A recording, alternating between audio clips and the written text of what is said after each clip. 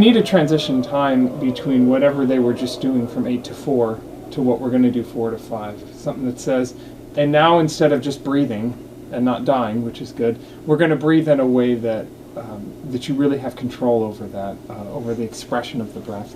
Now instead of just using your voice to talk or using it to sing an aria, now we're going to use it in a way where we have different kinds of colors. So a lot of that warm-up or tune-up time is for them to get the voice going in a way that's going to serve them for the 100 different sounds we're going to make over the next hour in choir. Stop walking forward. I can't help it. I went to the Interlochen Arts Camp in Michigan for a couple summers, and that's where you hang out with the people that are standard deviations better than you when you were standard deviations better than everyone else at your high school. And you go, oh, there's this much beyond that. And you see that with a lot of Lawrence students here where they had been the singer at their school, twice all-state, private lessons for 6 years, and they come here and they're not even in one of the top ensembles. And it takes them a minute to go, oh, that's right, that's where I came here, because now we're dealing between the 98th and the 100th percentile. So what I've done is I've planned a rehearsal that is more mental than vocal, and I've planned a rehearsal that allows you breaks with your neighbor singing. So what I'm really asking is about 20 to 25 minutes of you singing well. So we're all up on the risers here. You want to get the singers thinking like a conductor. You're teaching them to fish. You're teaching them to look at the score and say, what can I already at 20 see from this score and bring out? And as a general rule, if we're doing a Renaissance motet from 1550 and we're doing a Russian motet from 1920, if they sound the same, we're probably doing something wrong. Because they're different worlds, they're different worldviews, they're different theological perspectives, they're different vocal traditions, and we know that much. So I want them starting to think about that.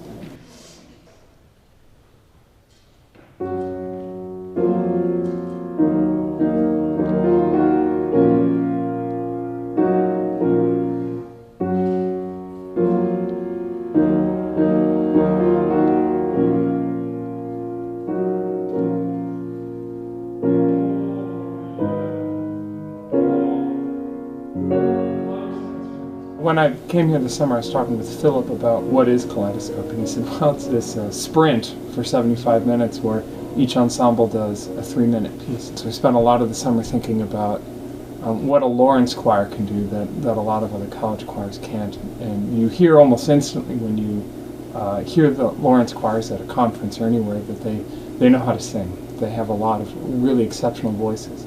So I wanted something that was lush and had a real vibrant sound. So I love the Russian Orthodox literature. We ended up going with a movement from a larger work by Alexander Grechaninov. The song itself is called Sviete Tikhi, which means gladsome light.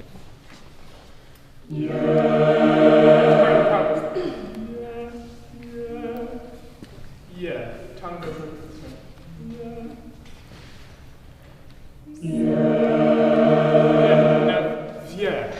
And the V is on pitch.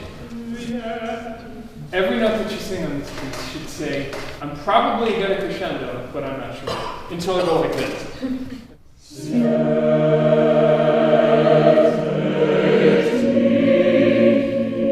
does that make sense? We'll all agree to make it an U. Which is a good modifying vowel there anyways, right? It's also a piece that builds them as an ensemble. They have to listen while they're singing. If you pick something that's just loud, then everyone just sings loud the whole time. So it really builds their musicianship. The fact that it's in Slavonic Russian is pretty cool. The fact that they memorize it in 2 weeks it tells me a lot about this group. And so it's just a great 3 minutes where they can sound gorgeous.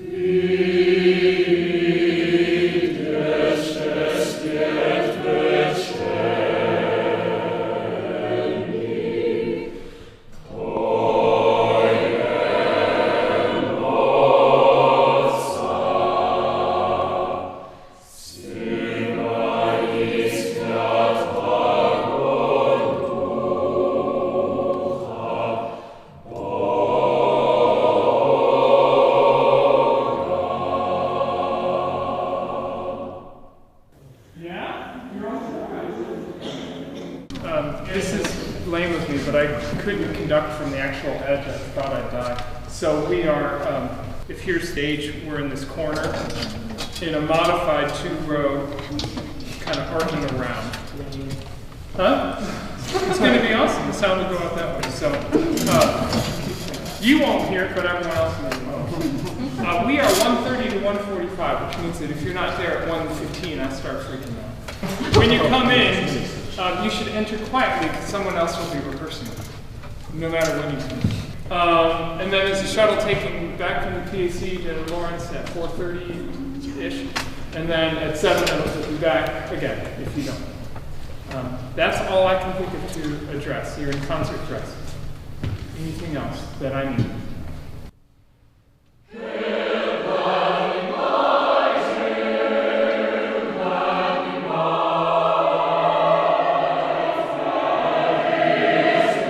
The audience doesn't really come in and think, these are ensembles that have rehearsed for about 3 weeks for the first time in the year.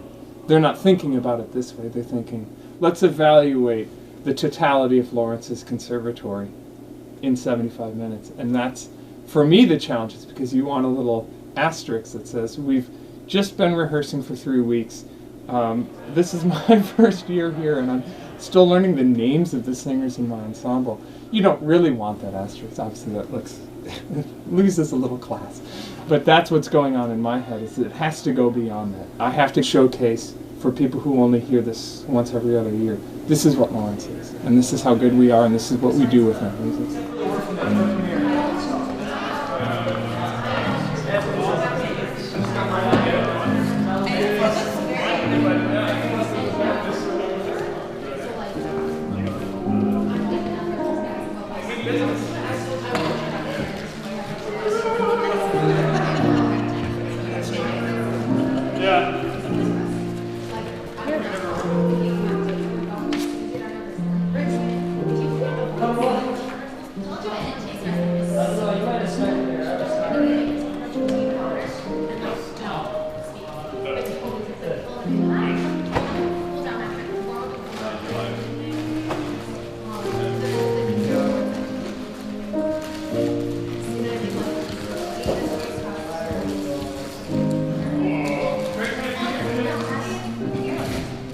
Really, you are invited.